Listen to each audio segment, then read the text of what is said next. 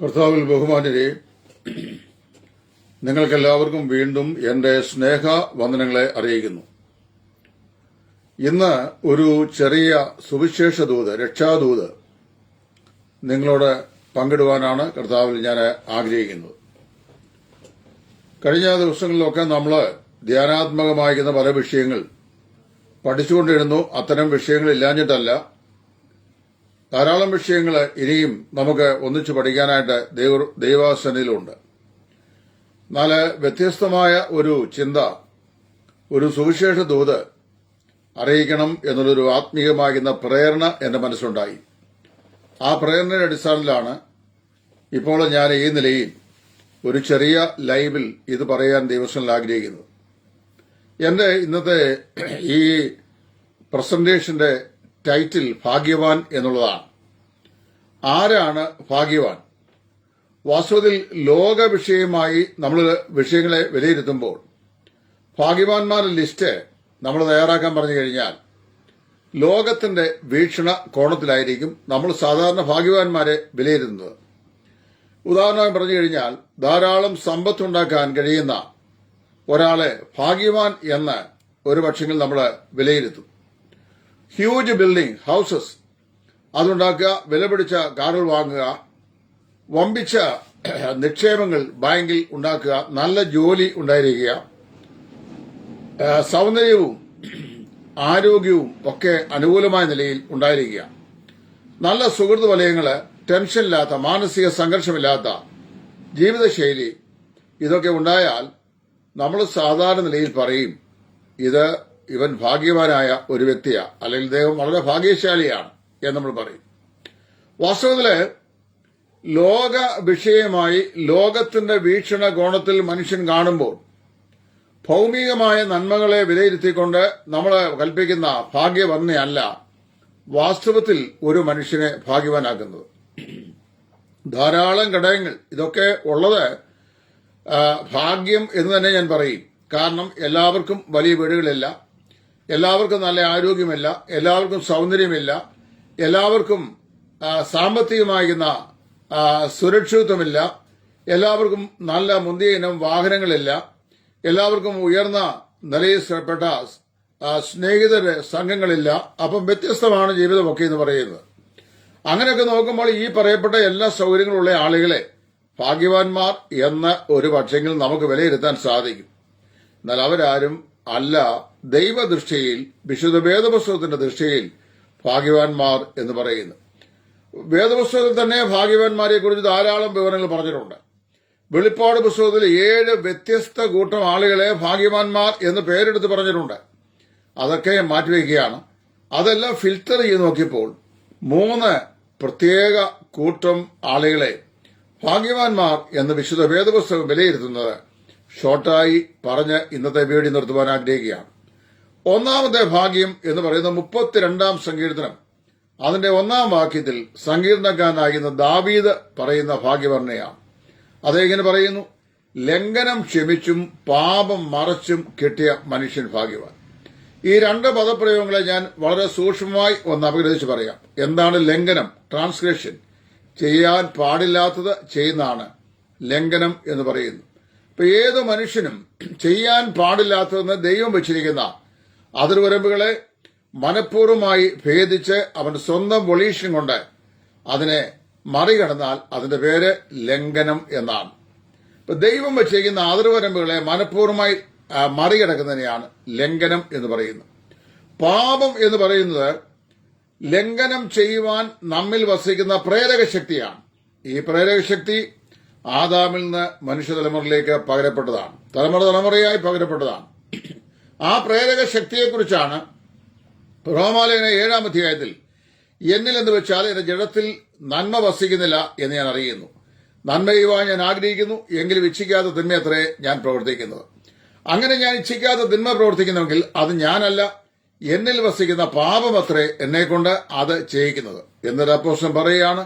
അയ്യോ, ഞാൻ അരിഷ്ട മനുഷ്യൻ, ഈ മരണത്തിന് അധീനമായ ശരീരത്തിന് എന്നെ ആർ വിടുവിക്കും. പാപം എന്ന് പറയുന്നത് ലംഘനം ചെയ്യുവാൻ മനുഷ്യനെ പ്രേരിപ്പിക്കുന്ന, അമൽ കുടികൊള്ളുന്ന പ്രേരക ശക്തിയാണ്. അത് നമുക്ക് ആദാമിൽ നിന്ന് നമ്മിലേക്ക് പകരപ്പെട്ട ഒരു പ്രത്യേക സ്വഭാവമാണ്. ആ സ്വഭാവം ലോകത്തിൽ സ്ത്രീയുടെ സന്തതികളായി ജനിച്ച എല്ലാ മനുഷ്യർക്കുമുണ്ട്. 51-ാം സങ്കീർത്തനം 5-ാം വാക്യത്തിൽ ദാവീദ് പറയുന്നു, behold I was shapen in iniquity and in sin did my mother conceive me. ഇതാ ഞാൻ അകൃത്യത്തിൽ ഉരുവായി, പാപത്തിൽ എന്റെ അമ്മ എന്നെ ഗർഭധരിച്ചു. 32-ാം സങ്കീർത്തനത്തിൽ ഗുരുതരമായൊരു പാപം ചെയ്തതിന്റെ പശ്ചാത്തലത്തിൽ ദാവീദ് പറയുമ്പോൾ അദ്ദേഹം ദൈവസ്ഥനിൽ പറയാണ്, ലോകത്തിലെ ഏറ്റവും വലിയ ഭാഗ്യവാനായിരിക്കുന്നത് ഇസ്രായേലിന്റെ രാജാവായി സിംഹാസനിൽ ആരൂഢനായിരിക്കുന്ന അല്ല. ലോകത്തിലെ ഏറ്റവും വലിയ ഭാഗ്യവാൻ സങ്കീർത്തനങ്ങൾ ധാരാളം ദൈവസ്ഥൻ എഴുതിയവനല്ല. ലോകത്തിലെ ഏറ്റവും വലിയ ഭാഗ്യവാൻ 10 കമ്പിയുള്ള വാദ്യത്രം കൊണ്ടും കിന്നര കൊണ്ടും ദൈവത്തിന് പാടുന്നവനല്ല. ലോകത്തിലെ ഏറ്റവും വലിയ ഭാഗ്യവാൻ ഒരു വലിയ പട്ടാളത്തിന്റെ അകമ്പടിയോടുകൂടെ വിരാജിക്കുന്ന ഒരു ഉന്നതമായ പദവിയല്ല. ഇതെല്ലാം ദാവീദിനുണ്ടായിരുന്നു. എന്നാൽ അദ്ദേഹം പറഞ്ഞു, ലോകത്തിലെ ഏറ്റവും വലിയ ഭാഗ്യം ലംഘനം ക്ഷമിച്ചും പാപം മറച്ചും കിട്ടുക എന്നുള്ളതാണ്. പ്രിയമുള്ളവരെ, ഞാനും നിങ്ങളും ദൈവസേനയിൽ ലംഘനക്കാരാണ്.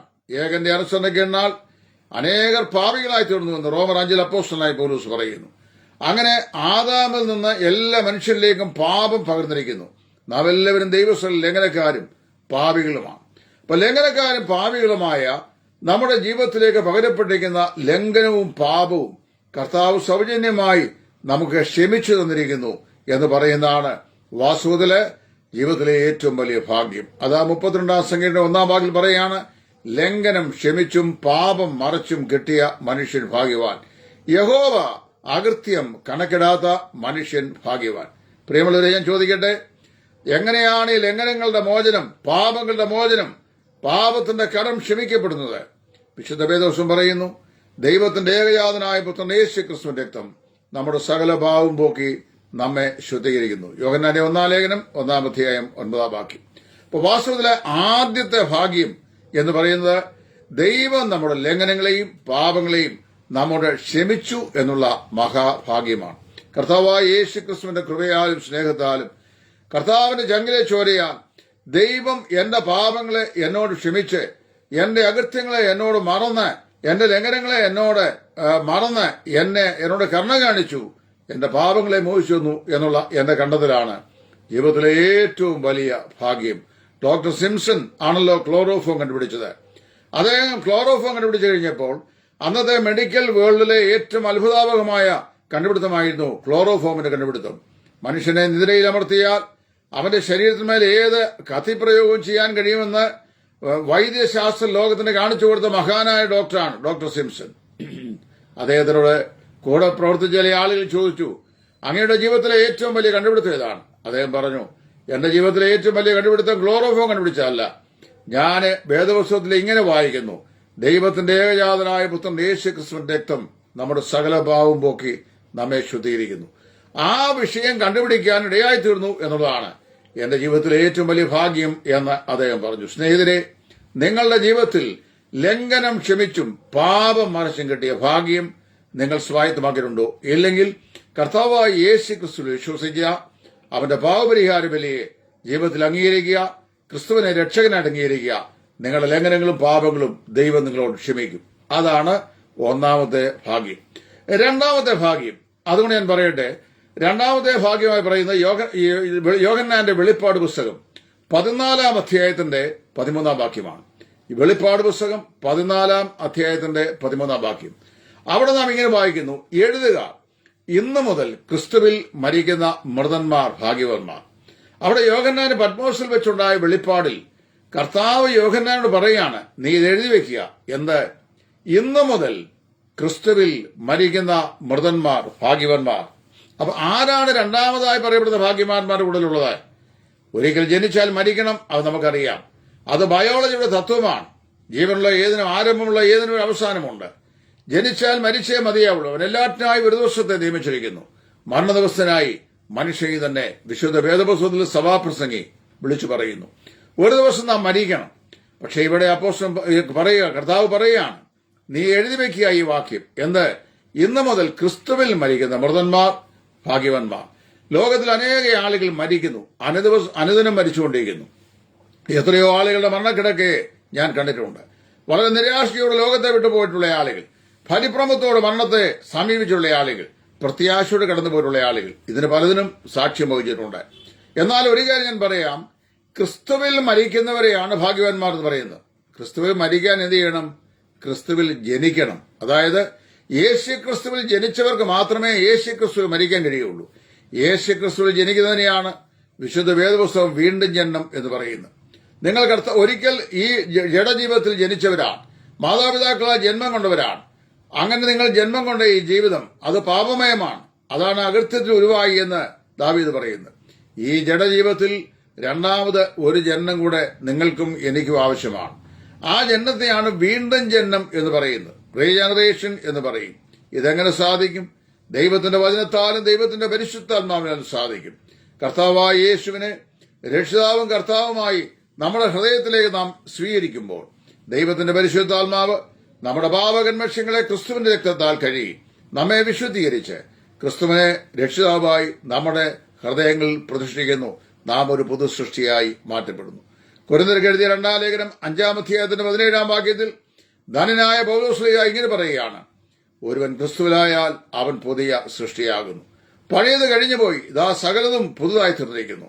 കർത്താവായ യേശുവിനെ രക്ഷിതാവും കർത്താവുമായ ഹൃദയത്തിൽ സ്വീകരിക്കുന്ന ഒരു പാപി വീണ്ടും ജനിച്ച് ദൈവവേദനായി ദൈവസൽ ഒരു പുതു സൃഷ്ടിയായി തീരുന്നു.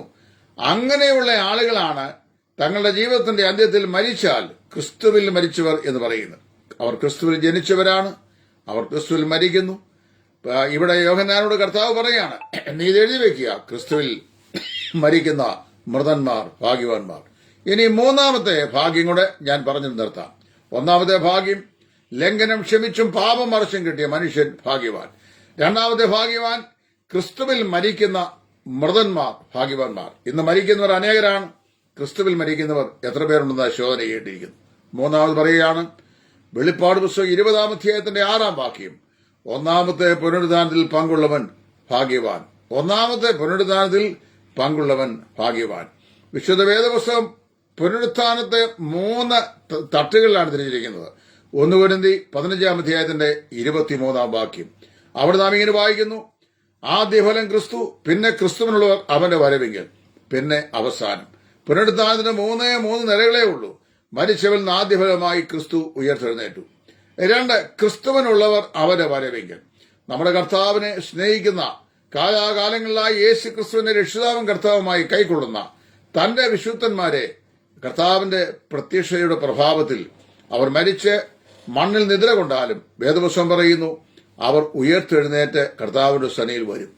ഒരിക്കൽ മരിച്ചാൽ, ഒരിക്കൽ ജനിച്ചവൻ വീണ്ടും ജനിച്ച് ദൈവവേദലായി ഈ ഭൂമിയിൽ ജീവിച്ച് മരിച്ച കർത്താവിന്റെ കാലത്തിന്റെ ധ്വനിയുടെ മുമ്പാകെ 1 Thessaloniki 4 നാം വായിക്കുന്ന പോലെ കർത്താവ് താൻ ഗംഭീരനാഥത്തോടും പ്രധാന ദൂതന്റെ ശബ്ദത്തോടും ദൈവത്തിന്റെ കാലത്തോടും സ്വർഗത്തിൽ നിന്ന് ഇറങ്ങി വരികയും ക്രിസ്തുവിൽ മരിച്ചവർ മുമ്പേ ഉയർത്തെഴുന്നേൽക്കുകയും ചെയ്യും. ഞാൻ പറഞ്ഞല്ലോ, യോഹന്നാൻ വെളിപ്പാട് 14:13 പറഞ്ഞത്, എഴുതുക, ഇന്നു മുതൽ ക്രിസ്തുവിൽ മരിക്കുന്ന മൃതന്മാർ ഭാഗ്യവാന്മാർ.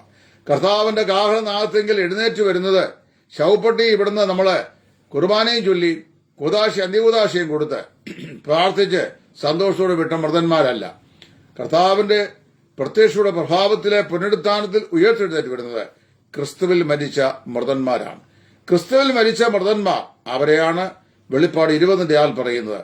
ഒന്നാമത്തെ പുനരുത്ഥാനത്തിൽ പങ്കുള്ളവൻ ഭാഗ്യവാൻ, അവർക്ക് രണ്ടാം മരണത്താൽ ദോഷം വരികയില്ല. ഇപ്പൊ ഞാനൊരു വാക്കോട് നിർത്തുകയാണ്.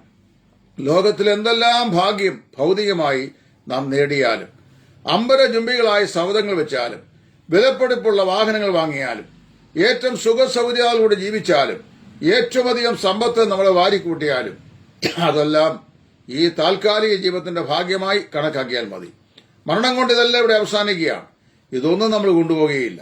ഇവിടുത്തെ ഏറ്റവും മഹാനായ ഒരു മനുഷ്യനും മരിച്ചാൽ ഒരു ശവപ്പെട്ടി, അപ്പോൾ കൈ കെട്ടുന്നൊരു വസ്ത്രം, ഇത്രയും മാത്രമേ ആ ശവശരീരത്തിന്മേൽ കൊടുത്ത് പിടിക്കത്താക്കി വിടുകയുള്ളൂ. മറ്റെല്ലാം ഇവിടെ കിടക്കുകയാണ്. നിങ്ങൾക്കറിയാമല്ലോ, കഴിഞ്ഞ ദിവസം മലയാള മനോരമ പത്രത്തിലുണ്ടായിരുന്നു, കേരളത്തിൽ എത്രയോ ആയിരക്കണക്കിന് കോടി രൂപയാണ് അവകാശമില്ലാതെ ബാങ്കിൽ കെട്ടിക്കിടക്കുന്നത്. ആരും ക്ലെയിം ചെയ്യുന്നില്ല. നമ്മുടെ പണം വാസ്തവത്തിൽ നമുക്ക് എന്തിനാണ്? നമ്മൾ ചിന്തിക്കണം. ഇതെല്ലാം ഈ ലോകജീവിതത്തിന് ആവശ്യമാണ്. എന്നാൽ ഇതൊന്നും നമ്മൾ ഇവിടുന്ന് കൊണ്ടുപോകുകയില്ല. ഒരു വസ്തുത മനസ്സിലാക്കുക, ദൈവത്തിന്റെ വചനം പറയുന്നു, ഒന്നാം പുനരുത്ഥാനത്തിൽ പങ്കുള്ളവൻ ഭാഗ്യവാനാകുന്നു. ഒന്നാമത്തെ പുനരുത്ഥാനത്തിൽ പങ്കാളിയാകുവാൻ എന്ത് ചെയ്യണം? ഒരിക്കൽ ജനിച്ചവൻ വീണ്ടും ജനിക്കണം. അപ്പോൾ രണ്ടാമത് ജനിക്കണം. എങ്ങനെ ജനിക്കും? യോഹന്നാൻ 3 നിക്കോദിമോസ് എന്ന് പറയുന്ന വൃദ്ധൻ യേശുവിനോട് ചോദിച്ചു, മനുഷ്യൻ വൃദ്ധനായ ശേഷം വീണ്ടും അമ്മയുടെ ഉയരത്തിൽ പ്രവേശിച്ച് മടങ്ങി വരികയോ? അല്ല. കർത്താവ് പറഞ്ഞു, ആമീൻ ആമീൻ ഞാൻ നിന്നോട് പറയുന്നു, പുതുതായി ജനിച്ചില്ല എങ്കിൽ ദൈവരാജ്യം കാണുവാൻ നിനക്ക് കഴിയുകയില്ല. അതെങ്ങനെ സാധിക്കും? കാറ്റ് അതിന് ഇഷ്ടമുള്ള ഇടത്തേക്ക് ഓടുന്നു, അവിടെ അത് എവിടെ നിന്ന് വരുന്നു, എവിടേക്ക് പോകുന്നു എന്ന് നിങ്ങൾ അറിയുന്നില്ല. അവിടെ തന്നെയാകുന്നു വീണ്ടും ജനിക്കുന്നതും. നിങ്ങൾ ദൈവത്തിന്റെ വചനത്താലും ദൈവത്തിന്റെ പരിശുദ്ധാത്മാവിനാലും വീണ്ടും ജനിക്കണം. എന്റെ 9ാമത്തെ വയസ്സിൽ ഒരു മാർത്തോമാ സഭ വിശ്വാസിയായി ഒരു പൈതൃകമായ മാർത്തോമാ കുടുംബത്തിൽ ജനിച്ചു വളർന്ന ഞാൻ, ബാല്യം മുതൽ കർത്താവിനോടുള്ള പ്രീതിയിലും വാത്സല്യത്തിലും മാതാപിതാക്കൾ വളർത്തിക്കൊണ്ട് വന്ന ഞാൻ, എന്റെ 9ാമത്തെ വയസ്സിൽ എന്റെ കർത്താവായ യേശുവിനെ ജീവിതത്തിന്റെ രക്ഷിതാവും കർത്താവുമായി കൈക്കൊള്ളുവാൻ കർത്താവ് എനിക്ക് ഭാഗ്യം തന്നു. എന്റെ ജീവിതത്തിലെ ഏറ്റവും വലിയ ഭാഗ്യമായി ഞാൻ കണക്കാക്കുന്നത് അതാണ്. ലോകത്തിൽ മറ്റൊന്നിനെയും ഞാൻ വിലമതിച്ചതായി കാണുന്നില്ല. ഭൗതിക ആവശ്യത്തിന് അത്യാവശ്യമായതൊക്കെ നമുക്ക് വേണം. വീട് വേണം, വസ്തുക്കൾ വേണം, വാഹനങ്ങൾ വേണം, ടെലിഫോൺ വേണം, എല്ലാ സൗകര്യങ്ങളും വേണം. എന്നാൽ അതെല്ലാം ഈ ലൗകിക ശാരീരിക ജീവിതത്തിന് വേണ്ടി മാത്രമുള്ളതാണ്. എന്നാൽ എന്റെ ജീവിതത്തിലെ ഏറ്റവും വലിയ നേട്ടമായി, ഏറ്റവും വലിയ ഭാഗ്യമായി ഞാൻ കണക്കാക്കുന്നത് അവന്റെ പുത്രനായ യേശുവിന്റെ രക്തം എന്റെ സകല പാപങ്ങളെയും പോക്കി എന്നെ ശുദ്ധീകരിച്ചു, ഒരു ദൈവമകനാക്കി തീർത്തു എന്നുള്ളതാണ്. അപ്പൊ ലംഘനം ക്ഷമിച്ചും പാപം മറിച്ചും കിട്ടിയ മനുഷ്യൻ ഭാഗ്യവാൻ. യഹോവ അകൃത്യം കണക്കിടാത്ത മനുഷ്യൻ ഭാഗ്യവാൻ. സങ്കീർത്തനങ്ങൾ 32:1. രണ്ടാമത്തെ ഭാഗ്യവാൻ ക്രിസ്തുവിൽ മരിക്കുന്ന മൃതന്മാർ ഭാഗ്യവാന്മാർ. വെളിപ്പാട് 14:13. കർത്താവായ യേശു ക്രിസ്തുവിൽ മരിക്കണമെങ്കിൽ യേശു ക്രിസ്തുവിൽ ജനിക്കണം, അതായത് വീണ്ടും ജനിക്കണം. 3. ഒന്നാമത്തെ പുനരുത്ഥാനത്തിൽ പങ്കുള്ളവൻ ഭാഗ്യവാൻ. അവന് രണ്ടാം മരണത്താൽ ദോഷം വരികയില്ല.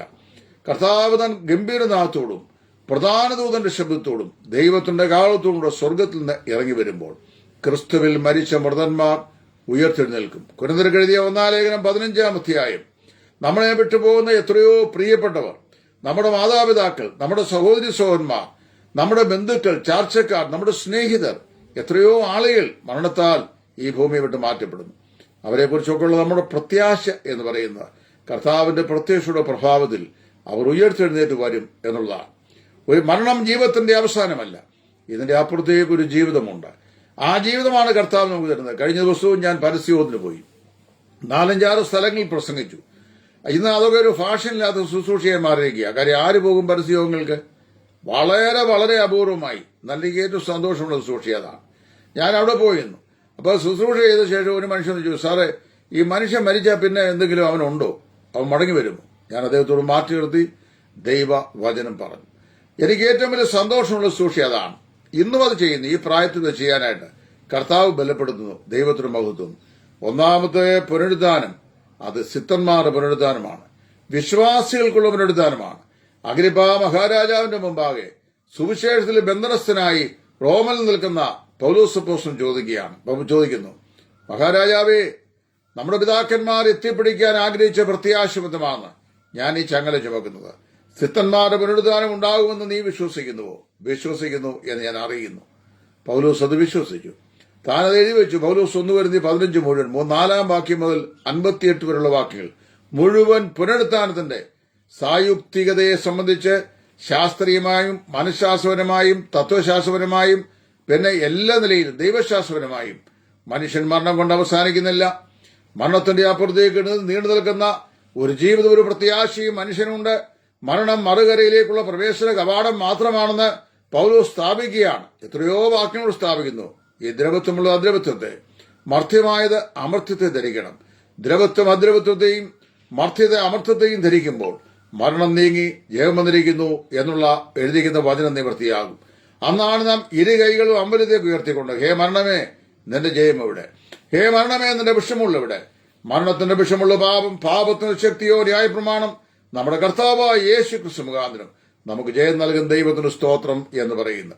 ആ വിജയഭേരി നാം മുഴക്കും. 2000 വർഷങ്ങൾക്ക് മുമ്പ് അരിമത്യയിലെ യോസേഫിന്റെ കല്ലറയിൽ മരിച്ച് അടക്കപ്പെട്ട എന്റെ കർത്താവായ യേശു 3-ാം ദിവസം മരണത്തെ ബന്ധിച്ച് മരണത്തിനുമേൽ ജയം വരിച്ച് അവൻ ജീവനോടെ ഉയർത്തെഴുന്നേറ്റു. എന്റെ യേശു ജീവിക്കുന്നതിനാൽ ഞാനും എന്നേക്കും ജീവിക്കുന്നു.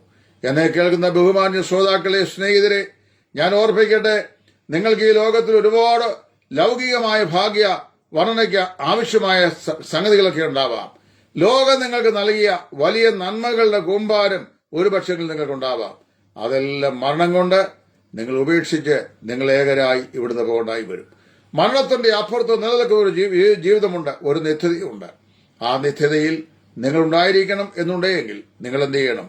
ദൈവപുത്രനായ യേശു ക്രിസ്തുവിൽ വിശ്വസിച്ച് പാപങ്ങളുടെ മോചനം പ്രാപിച്ച്, ലംഘനങ്ങളുടെ മോചനം പ്രാപിച്ച്, കർത്താവായ യേശു ക്രിസ്തുവിൽ വീണ്ടും ജനിച്ച് ഒന്നാം പുനരുത്ഥാനത്തിന് പങ്കാളികളായി തീരണം. അല്ലെങ്കിൽ നിങ്ങൾ കൈവിടപ്പെട്ടു പോകും. നിത്യമായ നാശത്തിനായി നിങ്ങൾ ഉയർത്തെഴുന്നേറ്റ് വരും.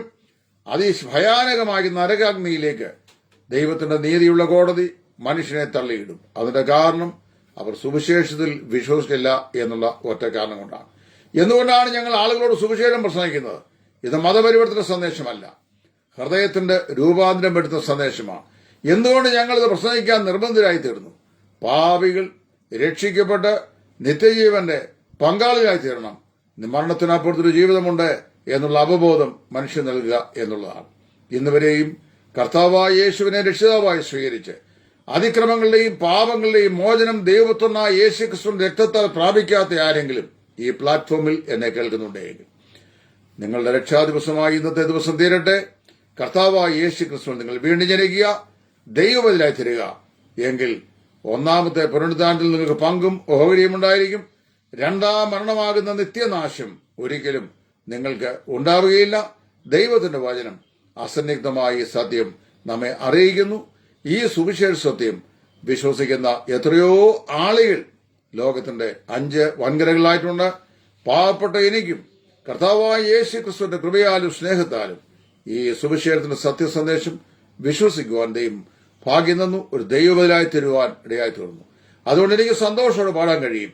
ജീവിതത്തിൽ ഒരുപാട് പ്രശ്നങ്ങളും ഒരുപാട് പ്രയാസങ്ങളും ഒരു പിടി മെഡിസിൻ കഴിച്ചാൽ ഞാൻ ജീവിക്കുന്നു. എന്നാലും ഭാഗ്യനാൾ ഭാഗ്യനാൾ, യേശു എൻ പാപം തീർത്ത നാൾ എന്ന് സന്തോഷത്തോടെ പാടുവാൻ കർത്താവ് എന്നെയും ബലപ്പെടുത്തുന്നു.